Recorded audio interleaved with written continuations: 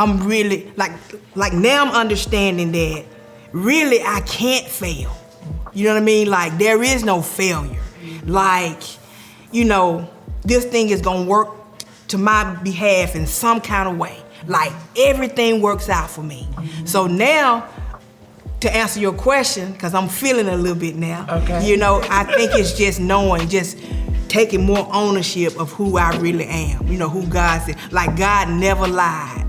You know what I mean? Like the people around me have, the society has, because they tell us that we this and we that and we ain't this, but all that's a lie.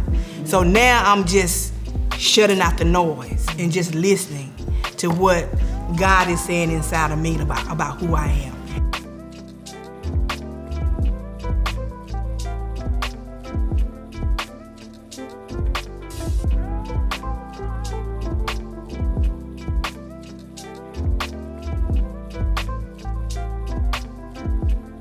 Like when you guys think about just trusting the process, like can you think of a time where you had to just kind of like you ain't know what was gonna happen, like you didn't know what the answer was gonna be, but you just had to just trust that it's gonna be all right? Is there a time that you guys can reflect on that for you in your own personal lives? Well, I'll say this, when I saw the shirt, Trust the Process, this is kind of funny, but this is the first thing I thought about, like as a woman, when you going to get your hair done and you feel the beautician in your hair and you be thinking in your head like, this don't feel like what I told her to do. But you gotta trust the process because you can't see what's going on your head. But when she put that mirror in front of you and you like, man, she did just what I asked. And that's how life is. Like you gotta trust the process, even though it looks nothing like what you want it to be, especially when it comes to entrepreneurship. Even like in our life, like with my husband, in the beginning, starting out a business looks nothing like what you want it to be. Nothing like, you know, what it's gonna be, but you gotta trust the process. You gotta trust the process even when nobody's calling your phone. Right. When, you know, you're not getting any calls to do anything, you still gotta trust the process that this is what God's called you to do. The same way, you know, you can even turn it into religiously. Jesus had to trust the process. You know, he didn't want to die. He didn't want to go on the cross, but he had to trust the process that there was a better thing behind it. And think about that mindset, like what kind of position you got to be in to really trust. Like sit still. I'm gonna let this woman do my hair. You know what I mean?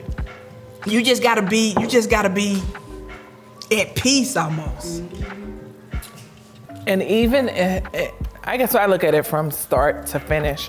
A lot of times when you're trusting the process, in the beginning, it's a dark process. You know, and it's like, well, God, we'll say it from a religious perspective. Well, God, you told me to do this. Why is this so difficult? You understand? And it's like when you get to the end of that tunnel of whatever you've trusted, it's like, oh, okay, now it makes sense. But when I was going through that dark, miserable middle, I wanted to quit. And most people do. Right. Most people do quit before they get to the end. Right. So you don't reap the benefits of your labor or what you initially set out to do. You don't reach that end result because we quit too soon often. And you know, I think what people fail to realize is because we have a relationship with God, because we are everything that he says that we are, really it's rigged in our favor. It's rigged. Like you gonna get, if you stay committed to whatever that, going through that darkness, if you stay in there, the light has to come on. At some point, the light has to come on. But we quit. We quit because it's like, you don't supposed to take this long. God, you told me to do this. You did. It's uncomfortable. That's what we. That's my phone. Keep going. Okay. Yeah. But anyway. And I said that to say also, like, even in starting this group in the beginning, I was like, okay, God, you're telling me to do this, but who are the people? how are they gonna receive it? Or are they gonna be open to have these uncomfortable conversations? And just like I told you guys in the beginning, everywhere else I had been in life, there had been mentors. There had been support groups where women was pushing other women to thrive. And then I came back to a place that I thought of as home, and it wasn't here. Like when you get in a group of women, normally it was gossip, it was slanderous, it was putting people down. But how do you build those people up so that they attain the levels that we think they should attain? We always want to put people in a box. How do you help people grow? And like when we come here, I call this the sacred space, because everything we talk about stays within the walls. We shed tears, we laugh, we're merry, but at the end of the day, this is the space where you just let everything out. And that's why I said, in trusting the process, a lot of times you're gonna be in an uncomfortable situation before you become comfortable. So when we look at these shirts, and it's like, as I'm wearing this shirt, what is my purpose in the shirt? How am I leading someone else? That's a person that's given up. And I love that we talk about marriage, we talk about raising kids, we talk about mental health issues. We talk about things that in traditional Black homes, you're not supposed to discuss. Rather than saying, oh, she has mental health issues, she's crazy. Rather than saying, oh, he just an old crook. No, he's been taught and bred it this way his whole life. Hustle is all he knows. So that's why I love, because you never know what the process is going to be. Right, that's right. Or how effective that you're going to be in the process. So for example, when I looked at the platform with the young lady speaking 2 days ago on your page, and she talked about how she came to that space, and for the first time ever, she felt safe. What is your safe zone? When are you most safe? When are you most safe? I was thinking about that question. When do I feel safe? Well, I do know, this is what I do know. I don't know if I'm gonna answer your question, but what I do know is that when I do feel safe, I'm most effective. When I feel safe, that I do know. But, what, Rika? My question was, what makes me feel safe? where are you safe? Where am I safe? Not when you feel safe, where are you when you're in the most safest zone ever, where are you normally? I would have to say in my home. Okay. Do I need to go deeper? Yes. Okay. Good question. I like it because I'm feeling it. Because you're telling us to trust your process, but tell me where you are the most safe in your process. Well, I think that as I've gotten older, I'm getting safe knowing that I really am who God says that I am. I'm really, now I'm understanding that really I can't fail. You know what I mean? Like, there is no failure. This thing is gonna work to my behalf in some kind of way. Like, everything works out for me. So now, to answer your question, because I'm feeling a little bit now, okay. I think it's just knowing, just taking more ownership of who I really am. Who God said. Like, God never lied. You know what I mean? Like, the people around me have, the society has, because they tell us that we this and we that and we ain't this, but all that's a lie. So now I'm just shutting out the noise and just listening to what God is saying inside of me about who I am. And now I'm starting to feel safe. Because to be honest, certain things I wouldn't have done until I've gotten to this safety place. You know what I mean? Now it don't matter what people say. It don't matter what people think. What matters now is the message. You know what I mean? Just the message and hoping somebody can start to trust their own process. Because for me, I look at the fact that I've served in wars and, just been all over the world. But one of the things that I'm most terrified of is the dark. If I'm in a dark room, I'm freaking losing my mind to this day. Right now. You're not gonna turn lights off and leave me in a dark room.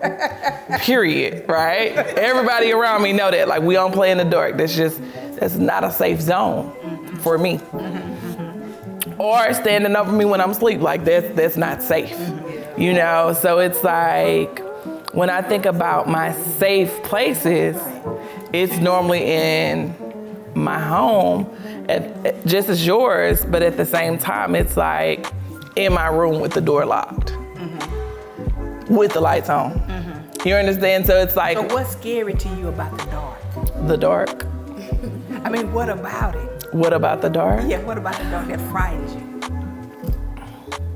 Just the thought of being in the dark frightens me. And if I had to elaborate, why am I afraid of the dark?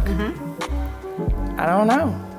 That's, I don't know. Like, I just know, period, you're never gonna turn lights completely out. If the light goes out, like, I think I would freak out. Like, if the power, like, literally, anxiety kicks in. Has been that way for a very long time. Huh? Yep. Dogs, yeah. Just, Have you always been that way? Like, did something happen as a child? Or is it just... I don't know what triggered it, but I know that I don't. If we in a dark room, I'm just not there. I'm literally anxiety. Yeah.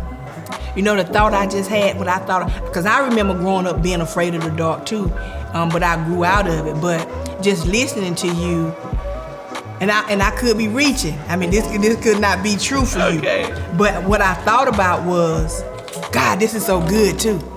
Like, if you are a person that is more likely to be inspired about things that inspire you, you know what I mean? Like if you're not drawn to negativity by nature, 'cause some people are.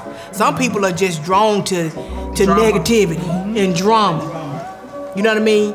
And so if that's not you at your core, then you ain't gonna like nothing about the dark. Because what if I get in this dark and never become who I really am? The light that I am to the world. Like, don't give me none of that darkness. You know what I mean? Don't give me that. Give me the light where I feel safe, because that's more like who I am, the nature of me. Was that deep? Did I just drop some knowledge right there? I don't know if it's true, but I'm just saying. I had that thought. I had that thought as you said that. Because it could be the light on the inside of me can't grow dull. Right, and it's what's on the exterior. Right, yeah. and you don't want that to happen. Ever. Right. That's good, Rika. I'm telling you. That's good. So have there ever been a time, let's get Tasha and Maya and Wakenda in this conversation. Okay. What about some where you guys have went through where you just had to like trust the process, trust God, or something, you know, where you just had to see what it's gonna be like on the other side? Me, anxiety, I have to trust the process. You know, my child's suffering from anxiety so bad, like the last couple of weeks, she's been having spells. I'm having to trust the process, you know, that I'm gonna figure out what's going on with her, you know, because it's something different. Her symptoms are different. You know, me working in the medical field, here I am trying to figure out what's going on. Then I'm trying to trust the process all at the same time. You know, that's scary. Like trusting that she'll get better. Trusting that she's gonna get better. Trusting, you know, when I take her to this doctor, that doctor, you know, they're gonna help me find out, you know, what's wrong with her. You know, because I know there's something wrong, but like I said, I just gotta trust the process that they gon', you know, that it's gonna come out. What happens though? What kind of symptoms she have? She'll pass out. You know, like she was sitting in class the other day, last week, and the teacher noticed it. She was like, Trendy. She'll zone out. You know, just sit there and she'll zone out. And then the teacher was like, Trendy, you okay? And she don't know where she's at that moment. You know, and it lasts about a minute. You know, and then she'll start getting, you know, like short of breath or something like that, you know. But it's just for like I said, a minute. Does she take meds? Yeah, we changed her meds. We just changed her meds to something stronger, you know, to see if that helped. You know, but anxiety, it's real. It's real. Because she said she was at home and she was laying on the couch. And she was like, she called me at work.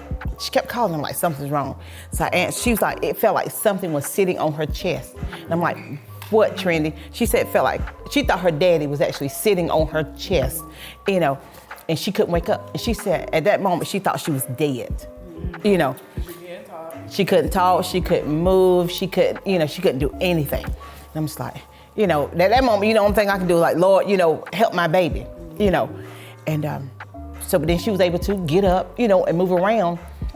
And then she was fine. And she was like on her left side, because I'm asking questions, left side, you know, your arm hurting, you know, going over all the questions, you know. But it was just a bad case of anxiety. Right. Bad case of anxiety. People that don't understand it think you're exaggerating. And she's not, you know, and I'm like, she keep telling me this. So I've got to get something, you know, I'm not gonna ignore it, you know. Is it more prone to happen when she getting in certain situations?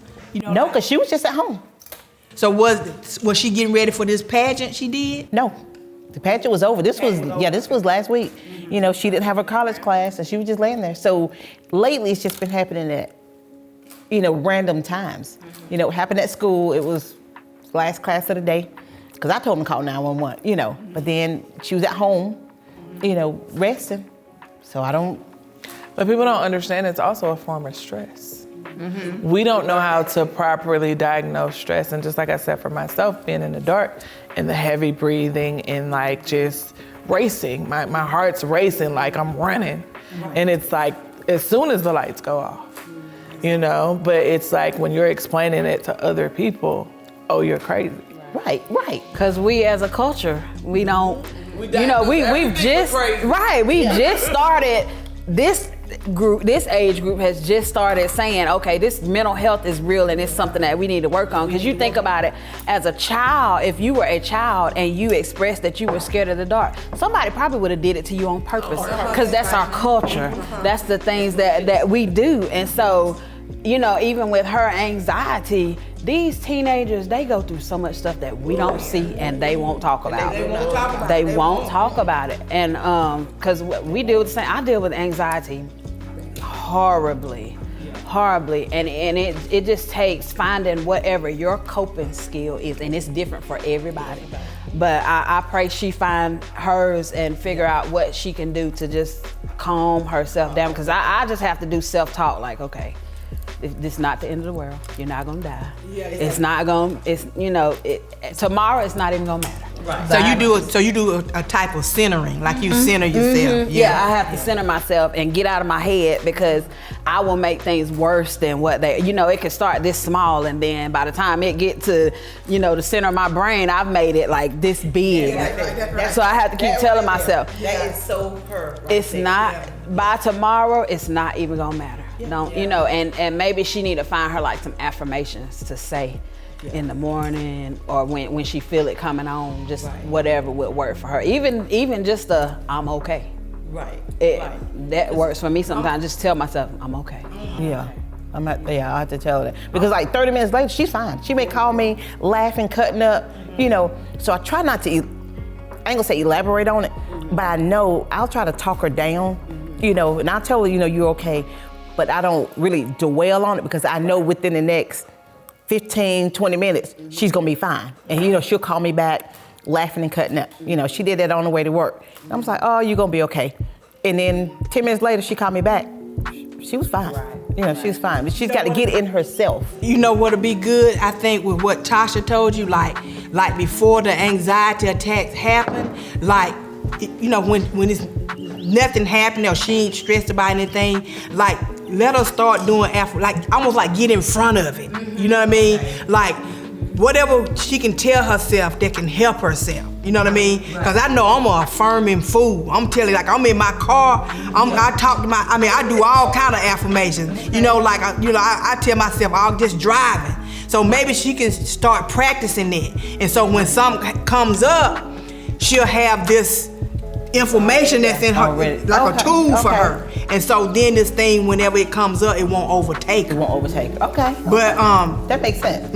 I mean, you know, in addition to whatever medication she's taking, just start jump ahead of it. By affirming herself. Okay. Because I think that's really, a lot of times we think we're not gonna be okay when we're okay all the time. Right. We okay all the time, but sometimes it don't seem that way.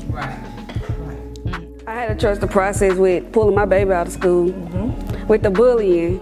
And she's at home, she don't have no friends, so she was like, Mama, I don't got nobody to talk to. I'm like, baby, I'm getting there, just be patient. I'm trying to find the different outing that homeschool parents get together and all that stuff. The process is so lonely.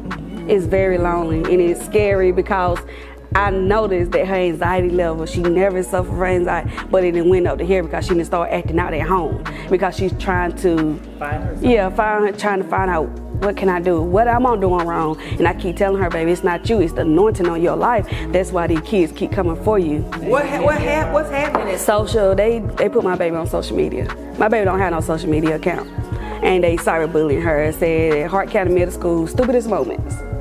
So I was like, no, this is not it. They stepping on her shoes, pulling her hair. Your daughter? Yeah, in the middle school, 12. And she come home, she crying and stuff like that. I was like, no, we can't keep going through this.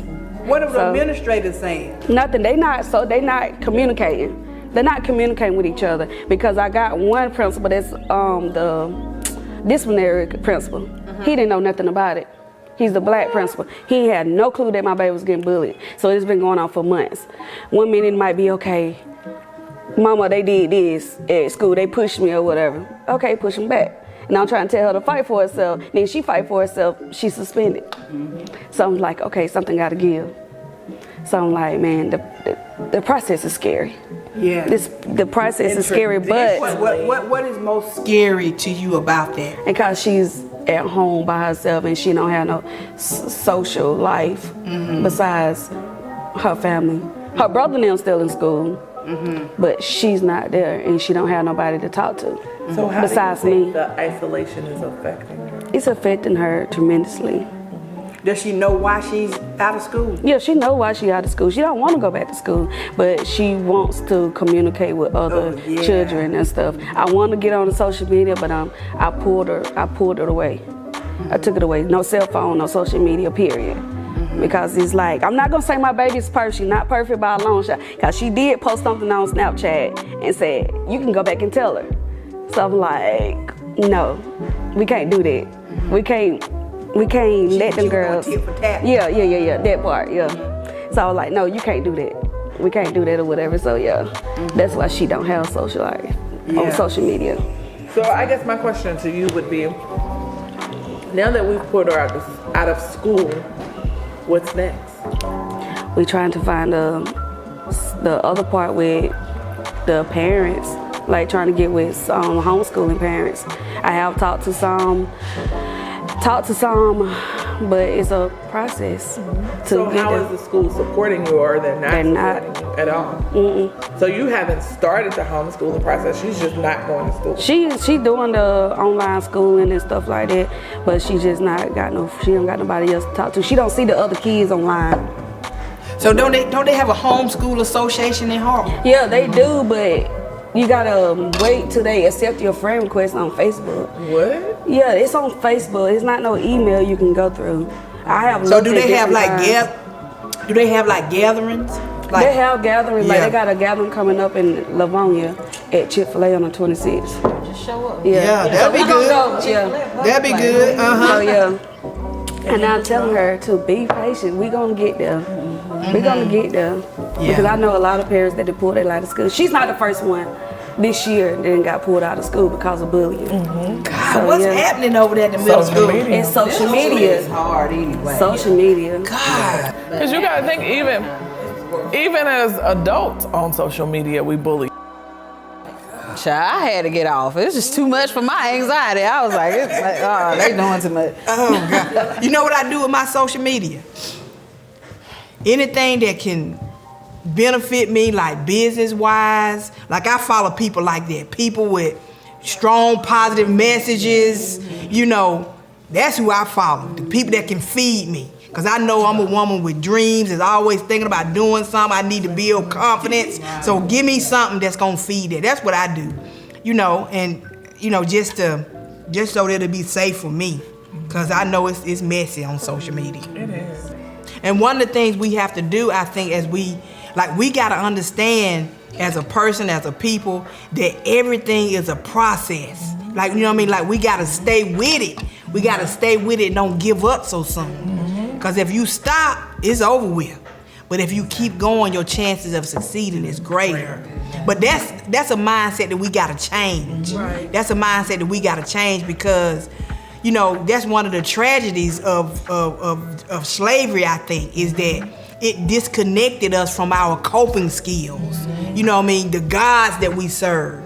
And I think they knew exactly what they was doing too. And so now we over here in this foreign land, you know what I mean? This foreign place. We don't have no connection. We separated from the things that we do to keep us connected. Right. And we lost. And then we separate ourselves even further, because it's almost like so many unknown factors in our history that we hate ourselves. We do hate ourselves. You know what I'm saying? Like, I just remember saying, like, living in Africa and seeing the love, the unity, the village raising children, literally.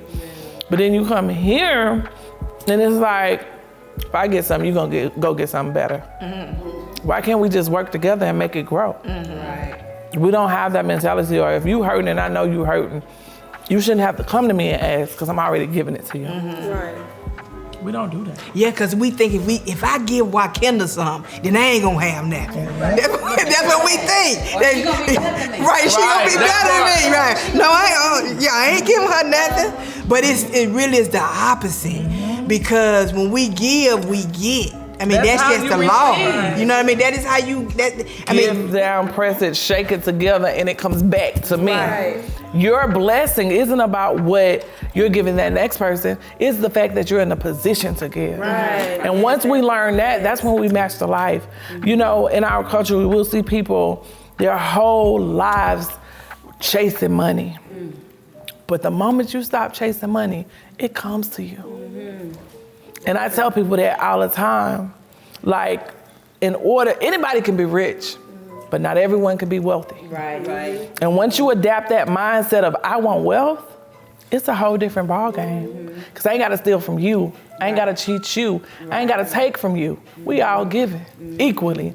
You ever been in a place with a group of people, and say y'all were going out regularly to restaurants, and it's always that one that don't got enough money to pay for their food. You be like, here we go again. That's that crab in the bucket mentality, because they looking for something for nothing. So it's like, do you continue to carry that person, or do you let them go? And that's a question you gotta ask yourself, because eventually you gotta let it go. But we wanna save people. And one thing that I went through too was, in being successful, you think you're supposed to take care of other people. Sometimes those people are not there for you. Right. And because you're attached to those people, you can't grow. Right. Be okay in letting people go when they no longer serve your God-given purpose. Because as you grow in God, you'll grow away from people. And that's cool. And that's what's supposed to happen, really.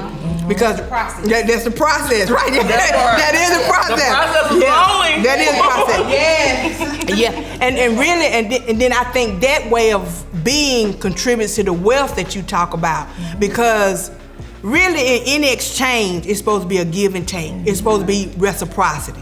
So if I'm giving you, and I'm giving you, I ain't getting nothing. That relationship is off balance. Right. I mean, that's off balance. Right. And it is not my job to keep giving to you when I ain't getting nothing back. Right. You know what I mean? Like, even in this conversation, the person who's talking is giving. Right? And then you guys are receiving. So that's a balanced relationship. And so that's the principle. That's law. And so when that's not happening in a relationship, I think it's our God-given duty to say this relationship is over. Right. You know what I mean? It's over, because there is no even exchange. That's part, I'm sorry, I mean, that's part of trusting the process anyway, when you learn when to let things go. Because, you know, in your younger days, you think, well, they've been my best friends since such and such, so you hang on to them. Right. But as you get older and you learn and you grow, you realize that it's okay to let people go. Right. It's okay that we're not friends no more. It's okay that she going this way and I'm going that way. Like, that's trusting the process too. Right, that is. Setting boundaries is a part of the process. And a lot of times we don't have boundaries. We scared to set them. Cause if I tell Tasha no, I won't. She gonna be mad at She you. gonna be mad at me. That's right. If I tell her no, listen, I got one piece of gum. And I don't want to give you right, and I want my gum. Right. You know what I mean? I do myself a disservice when I give you my gum when I want it myself. You know what I mean? Right, exactly. Now Walmart got some now. Go to Walmart. They got some on their shelf, but this piece right here, I'm gonna chew it myself. And I think it's okay if that happens. Right. Because a lot of times we don't think about how some people only want it because you have it. Right. They don't even. So I can give you the tools to go out there and get it, right? But they don't want it like But you don't want it because it didn't come from you. Right, that's right. And that's why I talk about the importance of boundaries. Because every time you say yeah, to me, I think you're crippling people. Sometimes you're supposed to say no, so that person can maybe step out on faith and trust God, or so that person can become innovative and create their own ideas. But if you're saying yeah every time, you're the problem. Yeah, right. That's right. That's so cute. Yeah. That's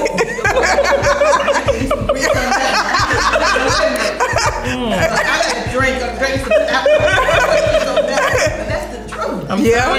We don't. And I'll come. And then how many of us are willing to look at that? Like when we see, okay, in this relationship, I'm the problem. You know what I mean? Like how many of us are willing to look at and say, it ain't that person, it really is me. Because I told White Kendall that I was like, I'm the toxic one. You know, like I'm the problem. I was like, it ain't nobody else. Like today I can say, it's me. Yeah. Go ahead. Oh, and you just have to be able to do self-analysis. Because sometimes we don't think we're the problem, we're helping. No, you're the problem. Because that person can run to you every single time. And you will never say no. You pulling your hair out trying to figure out how you gonna help this person. And you suffering and nobody even recognizes you're suffering. Right, that's right. So how? Where are the boundaries? Right, that's